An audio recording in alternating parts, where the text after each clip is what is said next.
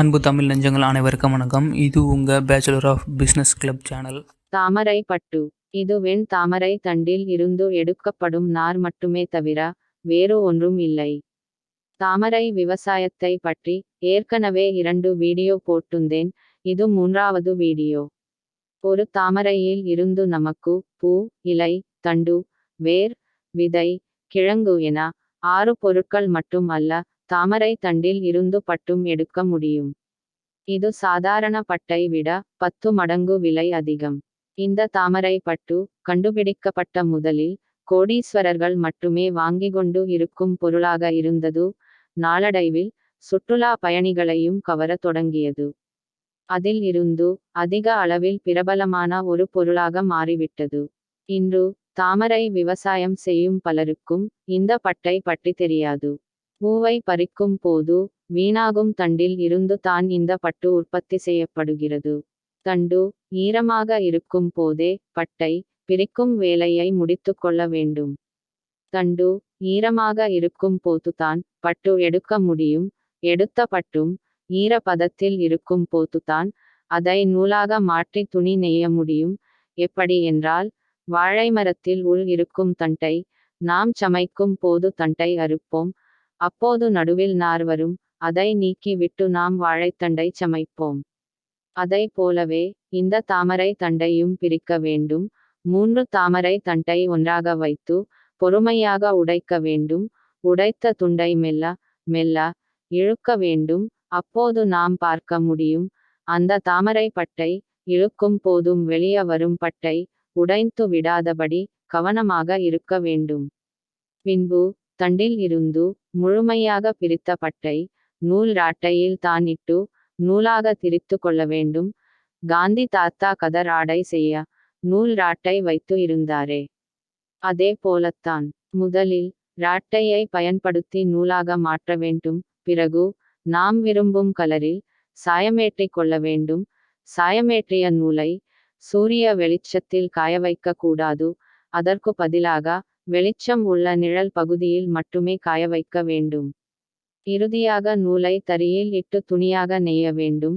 நெய்த துணியை விரும்பிய ஆடையாக வடிவமைத்து கொள்ளலாம். தாமரை பட்டில் இருந்து ஒரு துணி உற்பத்தி செய்ய 2 மாதம் ஆகும். இதன் முழு வேலையும், அதாவது தண்டில் இருந்து பட்டை எடுப்பதில் இருந்து அதை நூலாக மாற்றி துணியாக நெய்து இறுதியாக ஆடையாக மாற்றும் வரை அனைத்தும் கைகளால் செய்யப்படுவதே இதன் அதிக தரத்திற்கும் அதிக விலைக்கும் காரணம். இப்போது உங்களுக்கு புரிந்திருக்குமே எதனால் இதன் விலை அதிகம் என்று. மக்கள் இந்த பட்டில் தயாரித்த ஆடையை துவைக்கும் போது மென்மையான சோப்பை மட்டுமே பயன்படுத்த வேண்டும். அல்லது நீரில் ஊற வைத்து நிழலில் காய வைத்தாலே போதும். முதலில் இந்த பட்டு துணியை சலவை செய்யும் போது சிறிது சாயம் போகும். அதனால் துணிக்கு ஏதும் தரத்திலோ நிறத்திலோ பாதிப்பு வராது. இந்த தாமரை பட்டில் செய்யும் துணியின் நீளம் 25 சென்டிமீட்டர். $200 விலை போகிறது. நம் நாட்டின் மதிப்பில் 15,908 ரூபாய். வெறும் 25 சென்டிமீட்டர் விலை இது. தாமரை விவசாயத்தில் 6இல் ஒரு பொருளான தண்டில் இருந்து கிடைக்கும் பொருளில் விலை இது. ஒரு ஏக்கரில் 1500 முதல் 2000 கொடிகள் வரை வளர்க்க முடியும். விதையாக நட்டால் 8 மாதத்தில் பூவையும் தண்டையும் பறிக்க முடியும். கொடியாக வாங்கி நட்டால் 3½ மாதத்தில் பறிப்புக்கு வளர்த்துவிடும்.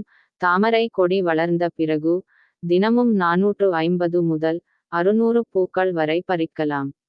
பூக்களின் தடிமன் மற்றும் எடையை பொறுத்தே பூவின் விலை கிடைக்கும்.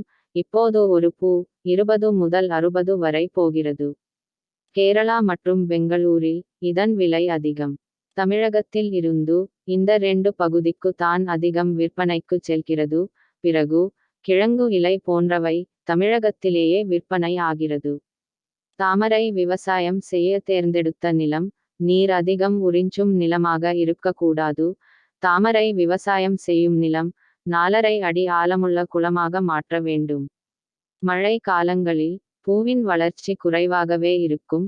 தாமரை விவசாயத்திற்கு சூரிய வெப்பமும் நிலவில் வெளிச்சமும் எப்போதும் வேண்டும். நிழலாக இருக்கக்கூடாது. தாமரையின் பூ எந்தவித தடையும் இல்லாமல் வளர நீரில் படர்ந்து இருக்கும் பெரிய இலைகளையும் பழுத்த இலைகளையும் நீக்க வேண்டும். பூ நீருக்குள் சிறிய மொட்டாக உருவாகும். சூரிய ஒளி நீருக்குள் விழ விழத்தான் மொட்டு நீரை விட்டு வெளியே வரும். வெளியே வர பெரிய இலைகள் இடைஞ்சலாக இருக்கக்கூடாது. விதை எடுக்க வேண்டும் என்றால் பூவை பறிக்கூடாது. பூவின் இதழ்கள் தானாக விழுந்தவுடன் பூவில் நடுவில் விதை உருவாகும். அதை எடுத்து கொள்ளலாம்.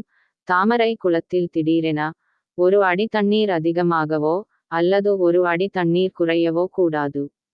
தண்ணீர் கூடினால் இலையும் பூவும் நீரில் மூழ்கி அழுகிவிடும். தண்ணீர் குறைந்தால் இலை காய்ந்து விடும். தண்டு சாய்ந்து தண்டு ஒடிந்துவிடவும் அதிக வாய்ப்பு உள்ளது. தாமரை வேர் எடுக்கும் காலம் ஏப்ரல் முதல் ஜூன் வரை. தாமரை விதை எடுக்கும் காலம் ஜூலை முதல் அக்டோபர் வரை. தாமரை கிழங்கு எடுக்கும் காலம் அக்டோபர் முதல் டிசம்பர் வரை எடுக்கலாம். 4½ அடி ஆழமுள்ள குளமாக இருப்பதால் கைப்பிரிடு வகை மீன்களை வளர்த்து அதிலும் வருமானம் பார்க்கலாம். வாத்தும் வளர்க்க முடியும். நாட்டு வகை மீன்களை வளர்த்தால் அதன் வளர்ச்சி குறைவாக இருக்கும். காரணம் தண்டுகள் வேர்கள் அதிகம் இருப்பதால் மீன்கள் சௌகரியமாக நீந்தி வளர முடியாது. வேண்டுமென்றால் முயற்சித்து பாருங்கள். நம்மால் முடியாதது ஏதும் இல்லை. இந்த வீடியோவை கடைசி வரை பார்த்திருந்தா உங்களுக்கு நன்றி. இந்த வீடியோ உங்களுக்கு பிடித்திருந்தால் லைக் பண்ணி ஷேர் பண்ணி கமெண்ட் பண்ணுங்க. முக்கியமா சப்ஸ்கிரைப் பண்ண மறக்காதீங்க.